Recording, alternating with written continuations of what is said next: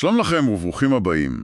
היום אנחנו צוללים לסיפור שכולנו חושבים שאנחנו מכירים, אולי אפילו קצת משתעממים ממנו לפעמים. סיפור קריעת ים סוף. סיפור יסוד. לגמרי. אבל אנחנו לא נסתכל עליו כשיעור היסטוריה. אנחנו נשתמש בסיפור הזה, ובעצם במילה אחת קטנה בסוף שלו, כמין מפתח להבנת כללי המשחק של המציאות כולה. זה יפה. מילה אחת שפותחת עולם. בדיוק. והמקורות שלנו לדיון המעמיק הזה מגיעים מליקוטי שיחות של הרבי מלובביץ', שבעצם מפרק לגורמים תובנות ענקיות של הבעל שם טוב והמגיד ממזריץ'. אבות החסידות? כן. והכל מתחיל ממה שנראה כמו פרדוקס, סתירה ממש קטנה בפסוק אחד. שם הכל מתחיל בדרך כלל. נכון. אז אחרי שבני ישראל עוברים בים, הנס הגדול קורה, התורה אומרת, וישב הים לפנות בוקר לאיתנו. כלומר, הוא חזר לעצמו, לתוקף, לחוזק שלו. בדיוק. למצב הטבעי והיציב. אבל אז חז"ל במדרש עוצרים על המילה הזאת לאיתנו, ואומרים משהו מוזר. אל תקרי לאיתנו, אלא לתנאו. כן. ופה כאילו אני נעצר. איך זה הגיוני? איך החזרה של הים למצב הטבעי שלו, לזרום, להיות ים, היא בעצם חזרה לתנאי שלו להיבקע? זה הרי הפוך לגמרי, זה לא מסתדר. זה לא מסתדר כי אנחנו חושבים על טבע ונס כשני דברים הפוכים. הדרשה הזאת היא לא סתם משחק מילים, היא מפתח לשינוי תפיסה. אוקיי. בוא נשים את המילים על השולחן. איתן, כמו שאמרת, זה חוזק, תוקף, משהו יציב. תנאו זה ההסכם הקדום, ההתחייבות של הים להיקרא בפני בני ישראל. נכון. הדרשה טוענת משהו מהפכני.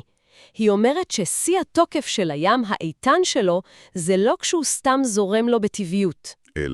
אלא דווקא כשהוא מקיים את התנאי שלשמו הוא נברא. החזרה שלו לזרום אחרי שהוא קיים את התנאי, זאת החזרה שלו למצב הכי חזק, הכי אמיתי שלו. רגע, אני רוצה להבין את זה לעומק. כי בפועל, במציאות הפיזית, הוא הרי כן חזר לזרום, הוא הפסיק להיות בקוע.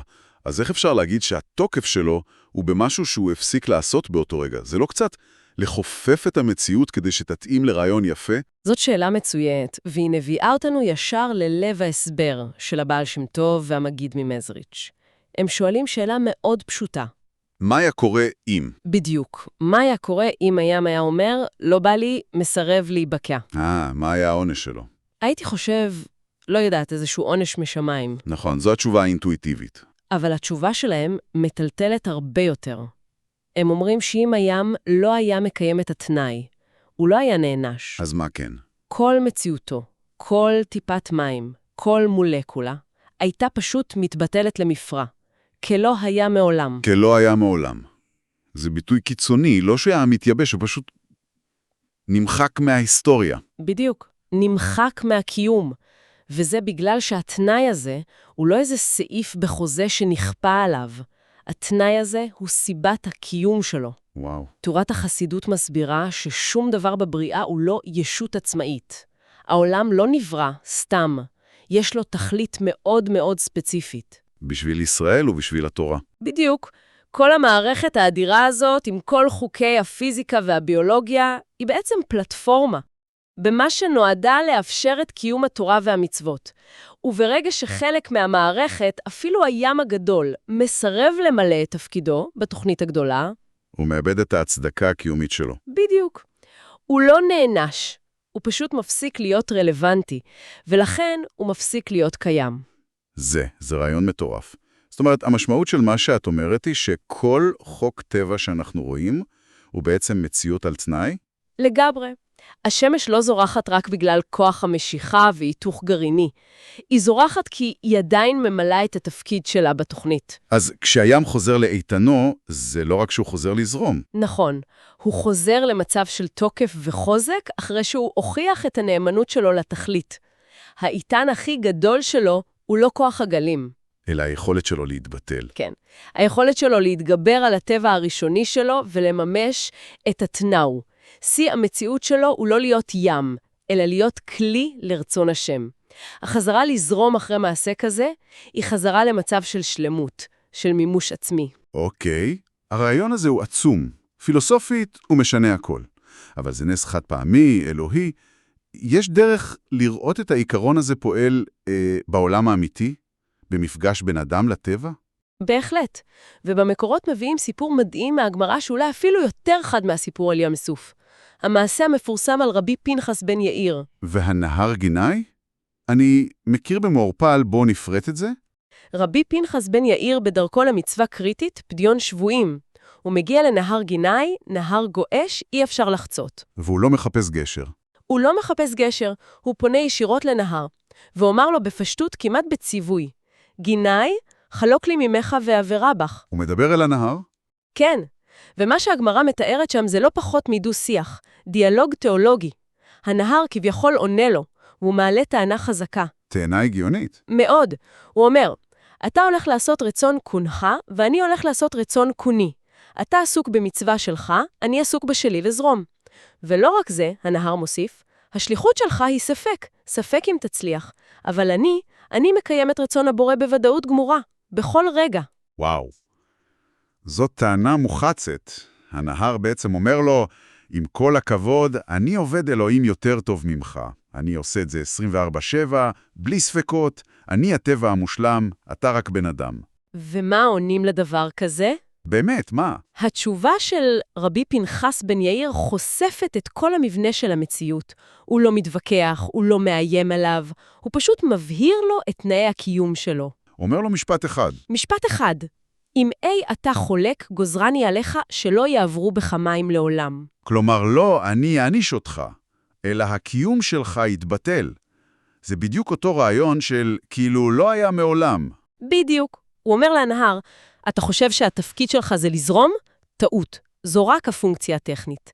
התפקיד האמיתי שלך, התנאי לקיומך הוא לסייע לצדיק, ואם אתה לא מסייע לי, כל הזרימה שלך מאבדת משמעות.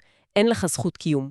והנהר? הגמרא מספרת שהנהר הבין מיד ונחלק לשניים. הוא הבין שהתנאי שלו גובר על הטבע שלו. הוא הבין שהאיתן האמיתי שלו הוא להיווקע בפני הצדיק. זה מדהים, כי זה לוקח את הרעיון מים סוף והופך אותו לעיקרון אוניברסלי. זה לא רק הים ההוא, בזמן ההוא. זה כל נהר, כל עץ, כל כוח טבע. בדיוק. כולם פועלים לפי אותו היגיון פנימי. וזה משנה את התמונה לחלוטין. וזה מוביל אותנו לשאלה הבאה, נכון? כן, מה התכלית של כל זה? למה המערכת בנויה ככה? וכאן אנחנו מגיעים לאחד היסודות הכי מרכזיים בחסידות. הרעיון של דירה לא יתברך בתחתונים. מושג שאנחנו שומעים הרבה, בוא ננסה להבין מה הוא אומר בפועל. הרעיון הוא שהקבלה, שהוא אינסופי ורוחני, רוצה שהנוכחות שלו תהיה גלויה דווקא פה, בעולם הזה, התחתון, הגשמי. איך זה קשור לקריאת ים סוף? החסידות משתמשת במשל שמבוסס בדיוק על זה. העולם הגשמי, החומרי, כל מה שמוצק לנו, שולחן, אבן, הגוף שלנו, זה נקרא היבשה. אוקיי. והאור האלוקי, הרוחניות האינסופית שמחיה הכל, זה הים. במבט ראשון, נראה שהים מכסה את היבשה, שהרוחניות נסתרת והחומר מסתיר אותה. נכון. המטרה של כל הבריאה היא להגיע למצב ההפוך, שקריאת ים סוף תהיה המצב הקבוע. שהיבשה תתגלה מתוך הים. בדיוק. נס קריאת ים סוף הוא הרגע שהים, הרוחניות, זב הצידה, לא כדי להראות כמה הוא חזק, אלא כדי לגלות שהיבשה, העולם החומרי, היא בעצם התכלית של כל הסיפור. המטרה היא לא לברוח מהעולם, אלא להפוך את הגשמיות עצמה לכלי שמגלה את האור. אז מה זה אומר בפועל? דירה בתחתונים? שהשולחן במטבח שלי הוא חלק מהסיפור? איך זה עובד? זו בדיוק השאלה. זה אומר שכשאדם לוקח חפץ גשמי, שולחן, כסף, אפילו את הגוף שלו, הוא משתמש בו למטרה קדושה, הוא לא כופה קדושה על החפץ. הוא מגלה משהו שכבר היה שם. הוא מגלה את התכלית הפנימית שלשמה החפץ נוצר. כשלומדים תורה על שולחן, השולחן מגיע למימוש התני שלו. כשנותנים מטבע לצדקה, המטבע מגיע למימוש התני שלו. והעולם לא מתנגד לזה? להפך. הוא משתוקק לזה. זוהי ההגעה שלו לאיתנו, לתוקף האמיתי שלו. קריאת ים סוף היא המודל הקוסמי לתהליך הזה. הרוח, הים, זזה הצידה כדי לחשוף את החומר, היבשה, כתכלית. אז התפיסה כולה מתהפכת. בדרך כלל אנחנו חושבים על מאבק. חומר נגד רוח, גוף נגד נשמה, שצריך להילחם בטבע. נכון. אבל מה שעולה פה זה שהטבע עצמו, העולם החומרי, הוא בעצם שותף. הוא מחכה לנו. הוא בצד שלנו. הוא לא רק בצד שלנו, הוא קיים רק בשבילנו. האיתן, התוקף האמיתי של העולם, הוא לא החוקים הפיזיקליים שלו, אלא התנאי האלוקי שטבוע בתוכו. העולם ממתין שנשתמש בו. בדיוק. ובכך הוא מגיע למימוש לעצמי שלו. מנקודת המבט הזאת, נס קריאת ים סוף הוא לא באמת שבירה של חוקי הטבע. הוא גילוי של חוק עמוק יותר. הוא גילוי של חוק הכי עמוק והכי אמיתי של הטבע. החוק שאומר שהטבע מתבטל בפני התכלית שלו. טוב, אז אם אני מנסה לעשות סדר, יצאנו ממילה אחת, לאיתנו, והגענו לתפיסת עולם שלמה. יש פה כמה תובנות ענקיות. בוא נסכם אותן. הראשונה היא שהעוצמה האמיתית, האיתן של כל דבר, היא לא בכוח הפיזי שלו, אלא בנאמנות שלו לתכלית. נכון. והתובנה השנייה שנובעת מזה, היא ששום דבר הוא לא מובן מאליו. כל המציאות סביבנו קיימת על תנאי. והתנאי הוא שהיא תשרת מטרה רוחנית. בדיוק. היא לא ישות עצמאית. והשלישית שהיא אולי הכי מעשית, הכי אופטימית, היא שכשאדם פועל למען מטרה נעלה, הוא לא נלחם נגד העולם. העולם אמור להיות שותף שלו. לסייע לו. כמו הנהר. הטבע אמור לחשוף את עצמו כבעל ברית. וזה משאיר אותנו עם מחשבה לסיום, שהיא אולי האתגר.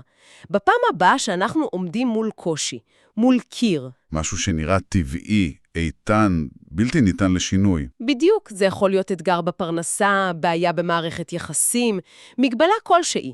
הגישה הטבעית שלנו היא, איך אני שובר את הקיר הזה? איך אני נלחם בו? נכון, אבל אולי, לאור מה שלמדנו, השאלה צריכה להשתנות. לא איך שוברים, אלא, מהו התנאי שהקיר הזה נועד לשרת? איך הפיכת המצב הזה, הקושי הזה, לכלי עבור מטרה נעלה, יכולה פתאום לגלות שאותו ים סוער, אותו מכשול, בעצם רק חיכה כל הזמן הזה... שנפעיל את הפנאי האמיתי שלו. בדיוק, שהוא לא באמת אויב, אלא הזדמנות שממתינה להיבקע מעצמה.